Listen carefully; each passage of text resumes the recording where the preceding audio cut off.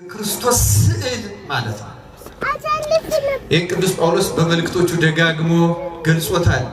አርፈድም ብዬ ስለመጣው ጊዜ ለማሳጠር ነው እንጂ እንደምታውቁት በእውነቱ ሁላችንም ቅዱስ ጳውሎስ እንዳለው የልጁን መልክ ሊመስሉ ተገባቸው ይላል። ማንኛችንም የእሱን መልክ ልንመስል ነው የተገባል። እሱ የእኛን መልክ የነሳው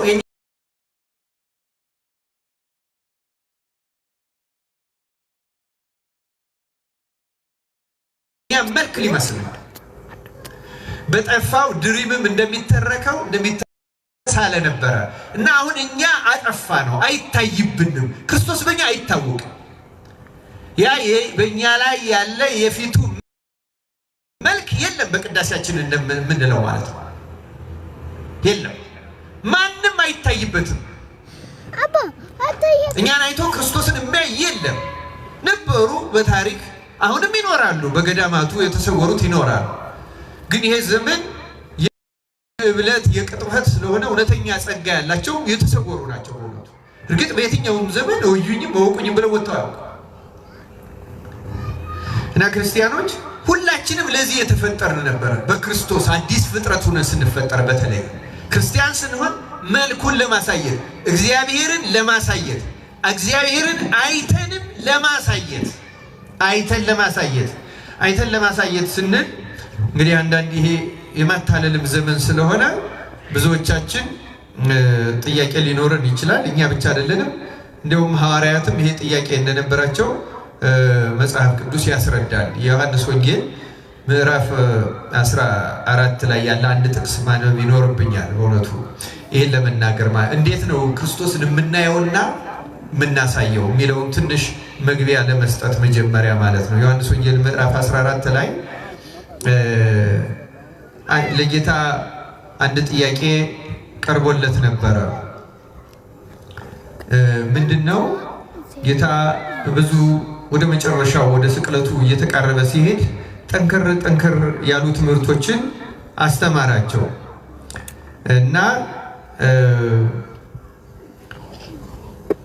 ቁጥር 15 ጀምሮ ብታገኙት ሰፊ ማብራሪያ ታገኛላችሁ። ብትወዱ ትእዛዜን ጠብቁ፣ እኔም አብን እለምናለሁ ለዘላለም ከእናንተ ጋር እንዲኖር ሌላ አጽናኝ ይሰጣቸዋል። እርሱም ዓለም የማያየውና የማያውቀው ስለሆነ ሊቀበለው የማይቻለው የእውነት መንፈስ ነው። ነገር ግን ከእናንተ ዘንድ ስለሚኖር በውስጣችሁም ስለሚሆን እናንተ ታውቃላችሁ ይላል። በምናችሁ ስለሚሆን ነው የሚለው? በምናችሁ? በውስጣችሁ ስለሚሆን ይላል። እና ወላጆች እንደሌላቸው ልጆች አልተዋችሁም፣ ወደ እናንተ እመጣለሁ። ገና ጥቂት ዘመን አለ፣ ከዚህም በኋላ ዓለም አያየኝም፣ እናንተ ግን ታዩኛላችሁ። እናንተ ግን ምን ትሉኛላችሁ አለ። ይህ ክርስቲያን የሆነ ሁሉ ማየት አለበት ክርስቶስን።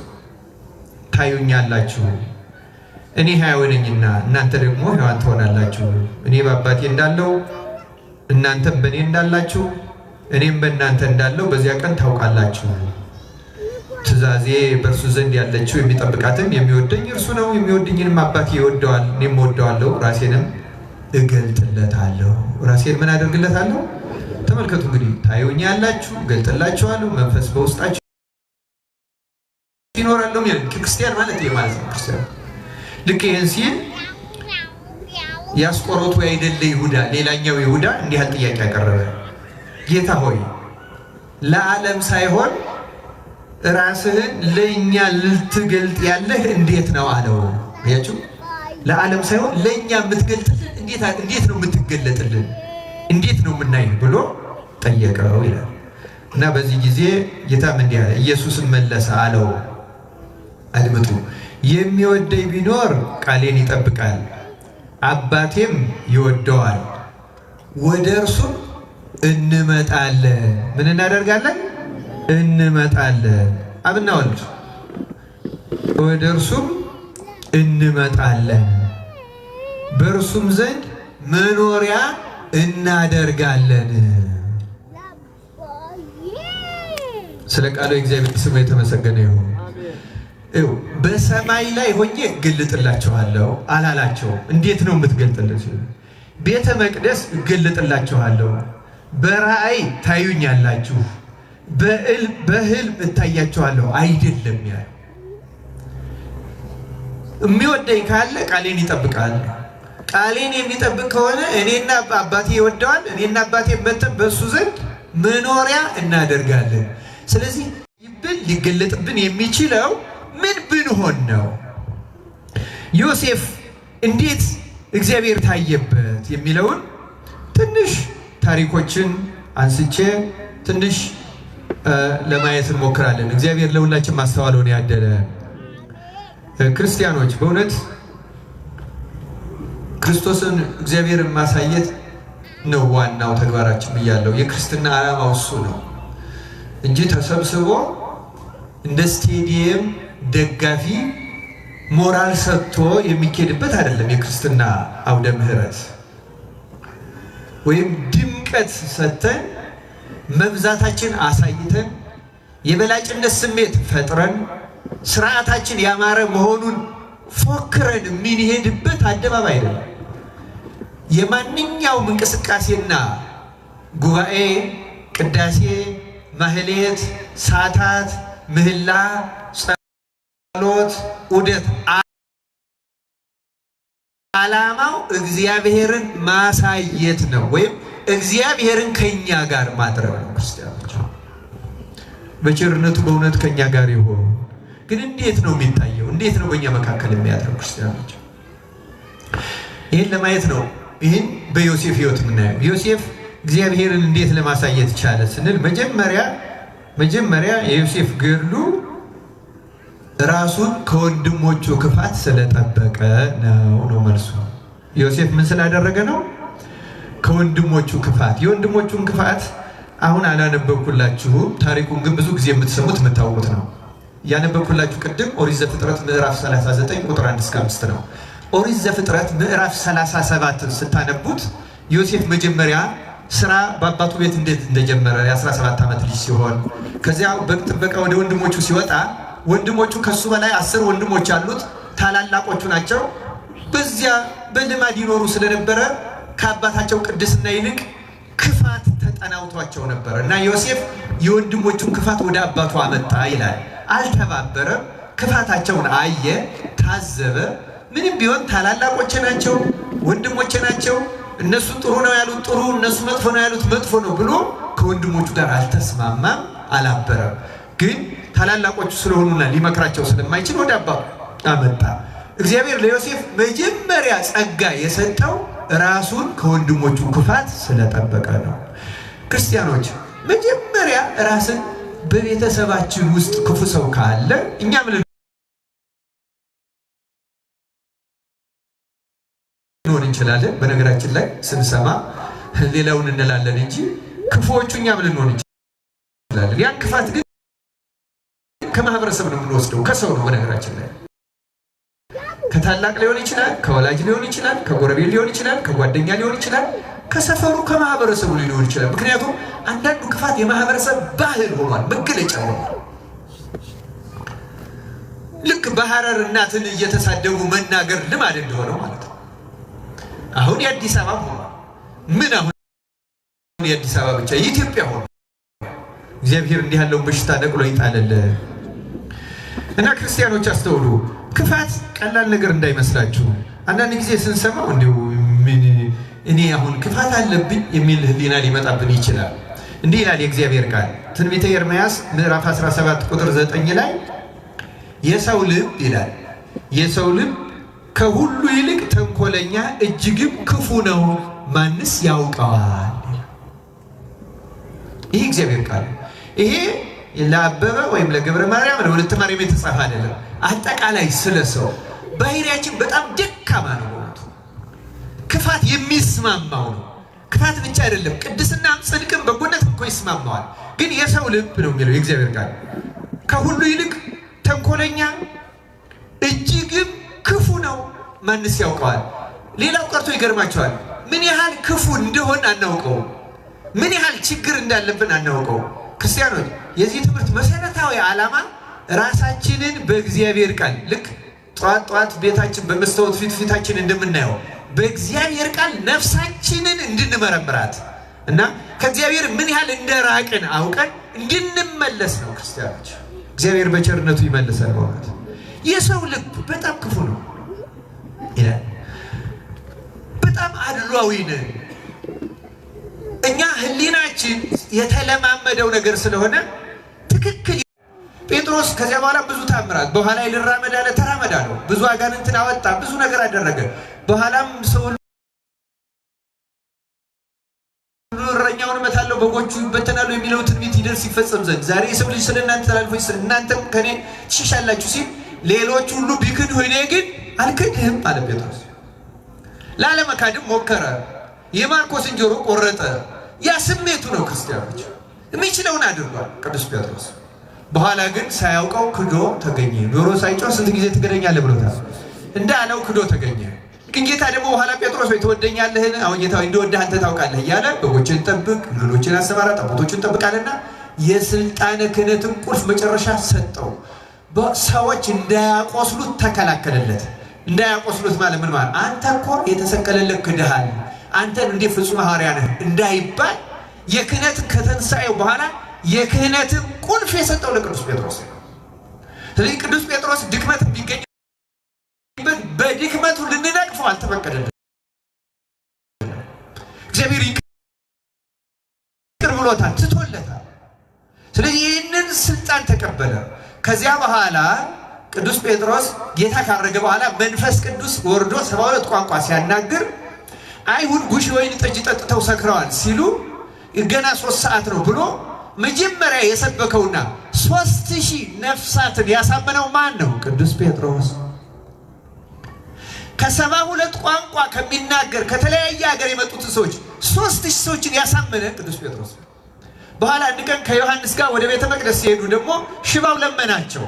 የሐዋርያት ሥራ ምዕራፍ 5 ላይ እንደተጻፈው ምዕራፍ 3 ላይ እንደተጻፈው ሲለምናቸው እንሰጥ ዘንድ አንዳችን የለንም፣ ያለንን እንሰጣለን፣ በጌታ በኢየሱስ ተነስና ተመላለስ አለ። ብድግ ብሎ ሽባው ተመላለሰ። ተደነቁ።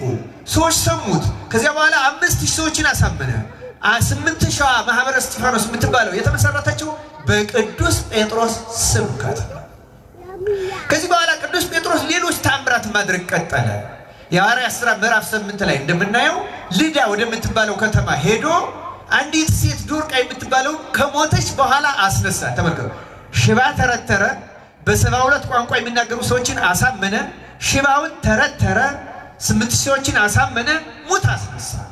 ሙት ካስነሳ በኋላ ከዚያው ኢዮጴ ወደምትባል የባህር ዳርቻ ከተማ ሄዶ ስሞን የሚባል ቁርበት ፋቂው ቤት ሲኖር አንድ ራእይ አየ። ማን? ጴጥሮስ። ምን አይነት ራእይ አየ? በ6 ሰዓት በቀን ሲጸልይ ውስጡ የረሃብ ስሜት ነበረው። ራእይ አየ። ራእዩ ምንድነው? በነጭ ድንኳን ከሰማይ ነጭ ድንኳን ወረደ።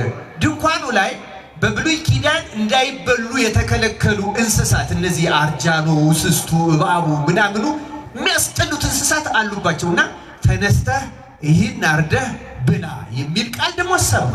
ይህን ሲሰማ ቅዱስ ጴጥሮስ እንዲህ አለ፣ ከልጅነት የጀምሮ የሚያጸይፍና ርኩስ ነገር በልቼ አላውቅም አለ።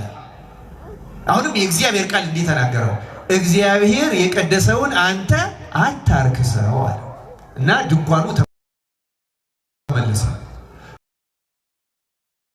ጸሎቱን ቀጠለ። እንደገና ድንኳኑ ሁለተኛ ወረደ።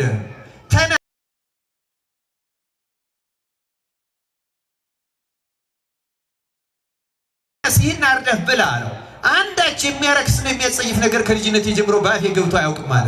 አሁንም የእግዚአብሔር ቃል እግዚአብሔር የቀደሰውን አንተ አታርክሰው፣ ይሄን 3 ጊዜ አለው። ልክ ይሄን ካየ በኋላ ጸሎቱን ጨርሶ ሲሆን ይህን ራእይ ስለምን ይሆን ያየው ሲል ቆርኔሌዎስ ደግሞ የላካቸው ትንሽ ከአንድ የ3 ሰዓት መንገድ ራቅ ብላ ቂሳርያ የምትባል ከተማ አለች። በዚያች የሚኖር የነበረ ሮማዊ 100 አለቃ ቆርኔሌዎስ እግዚአብሔርን አያምንም፣ በልቡ ግን ከእውነት ለአምላክ የሚገዛ ነበርና ሲጸልይና ሲጾም እግዚአብሔር ጾሙን ጸሎቱን ተቀበለለት። የኛንም ይቀበልልን። ቸር አምላክ እንደሆነ ተመልከቱ። አሕዛብ ነህ ወይ ኦሪታዊ ሆነህ አልተገዘርክ ወይ ክርስቲያን ሆነህ አልተጠመክ ብሎ ጸሎቱን የሱን ቸል ያለ አምላክ የኛንም በቸርነቱ ይቀበልልን። ግን ምን አለው? ለድህነት ግን አይጠቅምህም። ልብህ ጥሩ ነው፣ ወደ አምላክ ያለ ፍላጎት ትክክል ነው። ግን ትድን ዘንድ ማድረግ የሚገባህን ጴጥሮስ የሚባል ሐዋርያ ስምዖን የሚባል ቤት በኢትዮጵያ ያለና አስጠራ ብሎ መልአክ ተገልጾ ነግሮ ስለነበረ ይሄ ሰው መልእክተኞቹን ልኳል። አሁን ተመልከቱ፣ እነዚያ መልእክተኞቹ ሲደርሱ ነው ጴጥሮስ ይህን ራእይ ያየው። እና ይህን ራእይ ያየው ስለምን ይሆን እያለ ሲያስብ መንፈስ ቅዱስ በቃል እንዲህ ብሎ ተናገረው።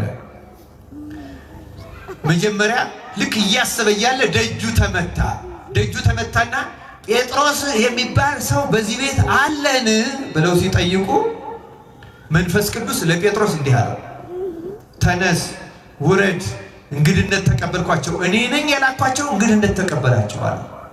እግዚአብሔር እኛንም እንደዚህ ይምራን ይግለጽልን። ለምንድን ነው እንዲህ አለው ነው? ተመልከቱ፣ ራእዩን ያየው እና አንዳንድ ጥቅሶችን ባነብላችሁ ጊዜ ይወስዳል እንጂ ጥሩ ነበረ። ለምንድን ነው እንዲህ አለው? ከዛ በኋላ ጴጥሮስ መንፈስ ቅዱስ ስላዘዘው ተቀበላቸው፣ አሳደራቸው። በነጋው ወደ ቂሳርያ ከተማ ሄደ። ሲሄድ ሮማዊ መቶ አለቃ ቤተሰቦቹንና ወዳጆቹን ሰብስቦ ቤቱን ሞልቶ ጠበቀ። ለምን አስጠራኝ? ሲጸልይ መልአክ የገለጸለት ነገረው። ከዚያ በኋላ ጴጥሮስ እንዲህ አለ። ምን አለ? እግዚአብሔር ማንንም ሰው ርኩስና የሚያጸይፍ ነው እንዳልል አሳየኝ። እስቲ ይህን ቃል ተናገሩ። እግዚአብሔር በሉ። ማንንም ሰው ርኩስና የሚያጸይፍ ነው እንዳልል አሳየኝ። ለእኛም ይህንን ያሳየን። ተመልከቱ ጴጥሮስ፣ ተመልከቱ የነገርኳችሁ ሰው ነው። ምን አይነት ሰው ነው? ገና ከልጅነቱ የወልደ እግዚአብሔርን ማንነት ያወቀና የመሰከረ ሰው ነው። መንፈስ ቅዱስ ገልጾልሃል የተባለ ቢክድም ተመልሶ ስልጣነ ክህነት የተሰጠው ሙት ያነሳ 8 ሰዎች ያሳመነ ሽባ የተረተረ። ይሄ ሆኖ ግን ልቡና ውስጥ አንድ ችግር ነበረች። ምን አይነት ችግር? አሕዛብን በትውልዳቸው ከእስራኤል ውጭ የሆኑ ሰዎችን እግዚአብሔር ለሐዲስ ኪዳን ለክርስትና ይቀበላቸዋል ብሎ ለመቀበል ገና ልቡናው ዝግጁ አልነበረም።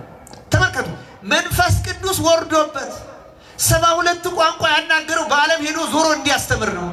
አሁን ግን በራሱ ምድር በእስራኤል ያለውን ሮማዊ ሰው እንኳን ለመቀበል ዝግጁ አልነበረም። ስለዚህ አንተ አለው እነዚያን የማይበሉ እንስሳት ያሳየው፣ ርኩሳን የተባሉትን ያሳየው። አሕዛብ እንደዚያ ናቸው ለእስራኤል። ግን ደግሞ ተመልከት፣ እግዚአብሔር ተቀብሏቸዋል። በሐዲስ ኪዳን የሞትኩላቸው ለነሱ ነው። ሥጋዬን የቆረስኩት ደሜን ያፈሰስኩት ለነሱ ነው። እስራኤል በመገዘራቸው፣ አሕዛብ ባለመገዘራቸው፣ እስራኤል የመንጻት ሥርዓት ስላላቸው፣ አሕዛብ ስለሌላቸው፣ እስራኤል ትንቢት፣ መቅደስ፣ ካህን ስላላቸው፣ አሕዛብ ስለሌላቸው ርኩስ የለም። አታድላ። ወንጌል የሚገባቸው እስራኤል ብቻ ናቸው ብለህ አታስብ። ተቀበላቸው አለና መንፈስ ቅዱስ ገሰጸው፣ አስተማረው። ስለዚህ ነው አንድም ሰው ርኩስና የሚያጸይፍ ነው እንዳልን። ልካ ያ ራእይ ያየው ስለ ቆርኔሌዎስ ኖሯል። ቆርኔሌዎስ ሮማዊ ነው። ቆርኔሌዎስ አሕዛብ ነው። ቆርኔሌዎስ ያልተገዘረ ነው። ቆርኔሌዎስ ሕግና ስርዓት አያውቅም ብዬ ወደ ክርስትና እንዳልቀበል። አንዲት እግዚአብሔርን የምትፈራ ሴት አንዲት እግዚአብሔርን የማትፈራ ሴት ትሰድባታለች አሉ። በቃ እና አንዳንድ ሰው ስድብ እና ያን የጠጅ አሳላፊውን ግን አንድ ነገር ጠየቀው። ዮሴፍ ሲጠይቀው አንተ እንደተፈታ አንተ የንጉሱ ጠጅ አሳላፊ ስለሆንክ እኔንም ከዚህ እስር ቤት እንደወጣ ንገርልኝ ለማለት ነው። እና ለማለት ሲናገር እንዲህ አለው። ተመልከቱ ዮሴፍ ለዚያ ለፈርዖን የጠጅ አሳላፊ ኦሪት ዘፍጥረት ምዕራፍ 40 ቁጥር 14 ላይ እንዲህ የሚል ቃል ተጽፏል።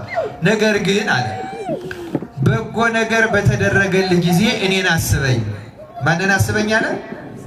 እኔን አስበኝ፣ ምሕረትንም አድርግልኝ፣ የእኔንም ነገር ለፈርዖን ነግረህ ከዚህ ቤት አውጣኝ ካለ በኋላ እኔን ከዕብራውያን አገር ሰርቀው አምጥተውኛልና ከዚህ ደግሞ በግዞት ያኖሩኝ ዘንድ ምንም አላደረኩም አለ ይላል። ስለ ቃሉ የእግዚአብሔር ስሙ የተመሰገነ ይሁን። የዮሴፍን በረከት ያሳድርብን። ልቡናውን አነጋገሩን ያድለን ይስጠን። እዩ ዮሴፍን አነጋገሩን ስሙት። እኔን አለ ከዕብራውያን ሀገር ሰርቀው አምጥተውኛል። ተሰርቆ ነው የመጣ ተሽቶ ነው የመጣው። እኛ ብንሆን ምን እንል ነበር? የኔ ታሪክ የረጅም ነው። ቁጭ በል ማስማ አንድ ቀን የማያልቅም። ወንድሞች ያደረጉብኝን ግፍ ልንገርህ፣ በሰው ያልተደረገ በእኔ ተነግረዋል አንልም? እንላለን አንልም? ይኸው ጻድቃን ግን የሰውን ግፍ አጉልተው አይናገሩም። ጭራሽ እንዲያውም ወንድሞቹን አላነሳቸው። ተሰርቄ መጥቻለሁ አለ እንጂ ተሸጬ ራቁቴን ጉድጓድ ውስጥ ጥለውኝ ያመጣሁላቸው ምግብ በልተው ምንም አልዘረዘረም። ሰው የእግዚአብሔር ሲሆን የበደለውን ሰው በደል አይዘረዝርም። እንዲህ ያለውን ልቡና ያሳደረብን። እስኪ ራሳችን እንመለከተው። እንኳን ስለበደሉ ሰዎች ይቅርና የበደሉን ስለመሰሉ፣ በነገራችን ላይ የበደሉ ሰዎችና የበደሉን የመሰሉ ሰዎች ይለያያሉ። አይደለም እንዴ? እኛ እንደተበደል እያሰብን ላንበደል እንችላለን። አብዛኛዎቻችን እንደው የምናወራው እንደተበደል እናወራለን እንጂ ላንበደልም እንችላለን። ግን ብንበደልስ የተጨበጠ በደል ቢፈጸም እውነተኛ ሃይማኖት ያለው ሰው እግዚአብሔር ዝም ብሎ አይታይም። ክርስቲያኖች እግዚአብሔር የሚታይባቸው ሰዎች የሰውን በደል የማይቆጥሩ ሰዎች ናቸው። ዮሴፍ የወንድሞቹን በደል አላነሳም። ሌላው ቀርቶ ረጅሙን ታሪክ ባጭሩ ልንገርህና ወንድሞቼ ለዚህ ግፍ አሳልፈው ሰጡኝ አላለ። ረጅሙን ማሳጠርም የለም አጭሩን ማስረዘምም የለም። አሁን እኛ ስለ በደል ታሪክ ነው ምናወራው። የተረዳነውን የመሰለንን አብዝተን ነው የምናገረው። ሃይማኖት ቀላል አይደለም ክርስቲያኖች። ሃይማኖት ሌላ አይደለም። ሃይማኖት ረጅም የጸሎት መጽሐፍ መድገም አይደለም። ልንገርህ፣ ሃይማኖት የበደሉን ሰዎች በደል እንዳልበደሉን አድርጎ መተው ነው። ክርስቲያኖች እግዚአብሔር ይሄን በእውነት ያሳድርብን። በጣም የሚገርመው ደግሞ እሱ እነዚያስ ወንድሞቹ ሆነው ነው። ጲጥፋራና የጲጥፋራ ሚስት ገዙት፣ ተጠቀሙበት። እግዚአብሔር ስለነሱ የጲጥፋራን ቤት ባረከው። ግቢውን፣ ውስጡን፣ ውጩን በሀብት አትረፈረፈል። ይህን አድርጎ እንኳን እኔ ይህን አድርጌላቸው እነሱ ይህን አደረጉብኝ አላለ። ስለነሱም አልተናገረም። ምንድን ያለ? አሁንም ደግሞ አለ ከዚህ ግዞት ቤት ውስጥ ያኖሩኝ ዘንድ እኔ ምንም አላደረኩም ብሎ እሱ ምንም ጥፋት ስላለማጥፋቱ ተናገረ እንጂ የጲጥፋራ ሚስት ስላጠፋችው ጥፋት አልተናገረም። ምን አይነት ልቡና ነው ክርስቲያኖች? ምን አይነት ህሊና ነው? ሃይማኖት እንደዚህ ነው የሚያደርገው። ኃጢአትንም ሰው እንኳን አሁን እኛ ኃጢአት እንኳን አብረን ብንሰራ እገሌ ያሰራል እገሌ ታሰራችን ነው የምንለው እንጂ እኔ እንዲህ አድርጌ ሰርቼ ብለን አንናዘዝም። ዝሙት እንኳን ብንፈጽም አታላኝ አታለውን እንደዚህ ነው የምንለው እንጂ እኔ ተታልዬ እኔ እንዲህ አድርጌ አንል። ዮሴፍ ግን አላጠፋም ብቻ አይደለም፣ ግፍ ነው የተፈጸመበት። ግፍ ተፈጽሞበት ስለራሱ ምንም አለማድረግ እንጂ ስለሌላው አይመለከተም። እዚህ ግዞት ቤት ውስጥ ያኖሩኝ ዘንድ እኔ ምንም አላረኩም አለ እንጂ እንዲህ አደረጉብኝ የሚል ስለሌሎቹ አንድም ክስ አላነሳ። እንዲህ ያለችው ነፍስ እግዚአብሔር ያድለ። ክርስቲያኖች ይህን የጾም እንጠቀምበት። እውነቴን ነው የምነግራቸው። እኛ ህሊና ከሳሽ ነው። እንኳን እንደዚህ የበደልንን ሰው እኮ ያልበደልንን የማቴዎስ ወንጌል ምዕራፍ 17 ላይ አንድ ታሪክ አለ። ታሪኩ ምንድነው? አንድ ሰው ልጁን ጨረቃን እያየ እሳትና ውሃ ላይ እየጣለው በሽተኛ ልጅ ነበር እና ወደ ደቀ መዛሙርቱ አመጣው። ደቀ መዛሙርቱ ያን ጊዜ ጸጋ ተሰጥቷቸው ሁለት እያደረገ እየላካቸው እያስተማሩ አጋንንትን እያወጡ ድውያንን ይፈውሱ ነበረ። ይህም በሽተኛ አምጥቶ ወላጁ አባትየው ፈውሱልኝ አላቸው። ሞከሩ፣ ሊፈውሱት አልቻሉ። ታሪኩን ባጭሩ ለመናገር በኋላ ይህ ሰው ልጁን ወደ ጌታ ይዞ ቀረበና ጌታ ሆይ ብዙ ጊዜ ልጄን እሳትና ውሃ ላይ ይጥለዋል፣ እንዲህ ያደርገዋል። ወደ ደቀ መዛሙርት አመጣሁት፣ እነሱ ግን ሊፈውሱት አልተቻላቸውም አለና ደቀ መዛሙርቱ ከሰሳቸው። እንዲገርማል። የሰማችሁ ነው ክርስቲያኖች? ይኸውላችሁ በእንዲህ ያለው ጊዜ እንኳን ህሊናችን ወደ ክስ ያቀናል። ለዚያ ነው ጌታ ጠማማ ትውልድ እስከ መቼ ከእናንተ ጋር እኖራለሁ ብሎ ገሰጸው መጀመሪያ። ምክንያቱም ስለ ልጁ አለመዳን ደቀ መዛሙርቱ ሊያስወቅስ የሚችል እንኳን ካለ በእነሱ ድክመት ብቻ እንደተፈወሰ አድርጎ መናገር ግን አልነበረም። ግን ተመልከቱ፣ አልቻሉ። እርግጥ ደቀ መዛሙርቱም ጌታን ጠይቀዋል። ለምን አልቻሉ ብለው ጠይቀውት ነግሯቸዋል። ስለ እምነታችሁ ማነስ ነው ብሏቸዋል። እነሱም የእምነት ማነስ ይገኝባቸው ነበረ። የእኛንም የእምነት ማነስ ክርስቶስ ያስወገድልን። ዋና ጉዳይ ግን ምን መሰላችሁ? ባልተበደል ነው። አሁን ደቀ መዛሙርቱ ይህን ሰው አልበደሉትም። ባልበደል ነው ብንለው እንኳን እንከሳለን። ዮሴፍ ግን በምንም መንገድ የክስ መንፈስ አላደረበትም ነበር። አምላካችን እግዚአብሔር በየህልናችን በየአንደበታችን ያለውን የክስ መንፈስ ከኛ ያርቅልን። በኋላ ዮሴፍ የፈርዖንን ህልም ተርጉሞ ተሹሞ ታላቅ ሰው ሆኖ ታሪኩን ታውቁታላችሁ ብዬ ገምታለሁ። ብዙዎቻችሁ ወንድሞቹ ሊገዙ መጡ። በኋላ አወቁት። ባወቁት ጊዜ አፈሩ። እነሱ እንዲያው ለአባታቸው በነገራችን ላይ የዮሴፍ ወንድሞች ታሪክ አሁን ላለነው ለኛ ለኢትዮጵያን ትምህርት ነው። ለአባታቸው ዮሴፍ ሲላቸው እኛ ጨርቁ ይሄ የሱ ነው ወይ ጨርቁን ቀዳደው በደም ነክረው እንግዲያውስ ክፉ አውሬ በልቶታል አሉት። አባትየው አለቀሰ። አባቱን ለማሳመን ነው ይሄን ያሉት። አባቱን ለማሳመን ክፉ አውሬ በልቶት ሞቷል ያሉት ወንድሞቹ በዘመን ብዛት ግን አመኑት። ይሄንን ዮሴፍ ሞቷል የሚለው እየሰማችሁ ነው አይደል ክርስቲያኖች? አንዳንድ ሰዎች እንደዚህ እንደምንሆን ታውቃላችሁ። በሆነ ምክንያት ደንግጠን እንዋሽና ለዛ ውሸት ደጋግመን ስንናገር እውነት መስሎን ድርቅ ምንል ሰዎች አለን። ከዚህ በሽታ እግዚአብሔር ይፈውሰን እና አምነውት ኖረው በኋላ ስለ ዮሴፍ ሲናገሩ ዮሴፍ ሳያውቁት ስንት ናችሁ? 12 ነበር። ነህሳ አንዱ አባታችን ጋር አንዱስ ሞቷል ብለው ለዮሴፍ ነገሩት። ምክንያቱም አምነዋል። ለራሱ ለዮሴፍ ሞቷል ብለው ስለ ዮሴፍ ነገሩት። ሐሰት በንስሐ ገብተንበት ተጸጽተንበት ተፍተን ካልጣለው እውነት ይመስለናል። አሁን አንዳንድ ሰዎች እንደዛ ነው። አመክንያቸውን እንዲሉኝ እንዲላለው እንዲሉኝ እንዲላለው ይሉና በህሊላቸው ነገር ደጋግመው ካልጣሉ በኋላ የእውነት መስሏቸው ድርቅ ለሽምግልና ሁሉ አይመጡ እንደተነሱ እግዚአብሔር ያለው በሽታ ነቅሎ ይጣልልን እና በኋላ ግን ዮሴፍ እሱ መሆኑን ሲያውቁ ተመልከቱ። ሞቷል ብለው ለራሱ ከነገሩት በኋላ በጣም አሳፍ የት ይሉ መሬት ተከፍታ ብትውጣቸው ደስታ። ዮሴፍ ምን እንዳላቸው ታውቃላችሁ? አሁን ያ ብንሆን ምን እንላለን? ወንድሞቻችን እንደዚህ አድርገው ቢመጡ እናንተማ ወዳ ነው ብላችሁ እንዲህ አድርጋችሁ ነበር፣ ይኸው እግዚአብሔር እዚህ ያደረሰኝ እንላለን። አንዳንድ ልንል እንችላለን። የማይልም ሰው ይኖራል። እውነቱ እግዚአብሔር ጸጋ ያልተለየው። ዮሴፍ ግን እንደዚህ አይነት ስሜት አልነበረው። ኦሪት ዘፍጥረት ምዕራፍ 45 ቁጥር 5 ላይ በጣም ሲጸጸቱና ሲያፍሩ ለወንድሞቹ እንዲህ አላቸው ይላል፣ አሁንም ወደዚህ ስለሸጣችሁኝ አትዘኑ፣ አትቆርቆሩም። እግዚአብሔር ሕይወትን ለማዳን ከእናንተ በፊት ሰዶኛልና። አያችሁ እንዴት እንዳጽናናቸው ወንድሞቹ።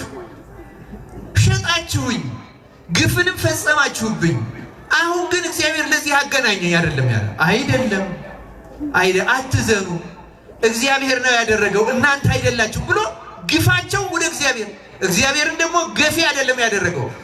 ይሄ ረሃብ እንዲወገድልን አስቀድሞ ልኮኛል። ይሄ እንዲወገድ እግዚአብሔር በጥበቡ ልኮኝ ነው እንጂ እናንተ ገፍታችሁኝ አይደለም። ስለዚህ ይሄ አይሰማችሁ ብሎ የነሱን አጥፍተናል በድለናል ብለው ባፈሩ በተጸጸቱ ጊዜ የበደለኝነት የጸጸት ስሜት እንዳይጎዳቸው ህሊናቸው ፈወሳቸው። ምን ያህል ሰዎች ነን እኛ እንደዚህ አይነት ህሊና ያለ? እግዚአብሔር በቸርነቱ መንፈስ ያደለ። የተወደዳቸው እግዚአብሔር ቤተሰቦች ትምህርቴን አሁን አጠቃልላለሁ ጊዜውም ስለመሸ።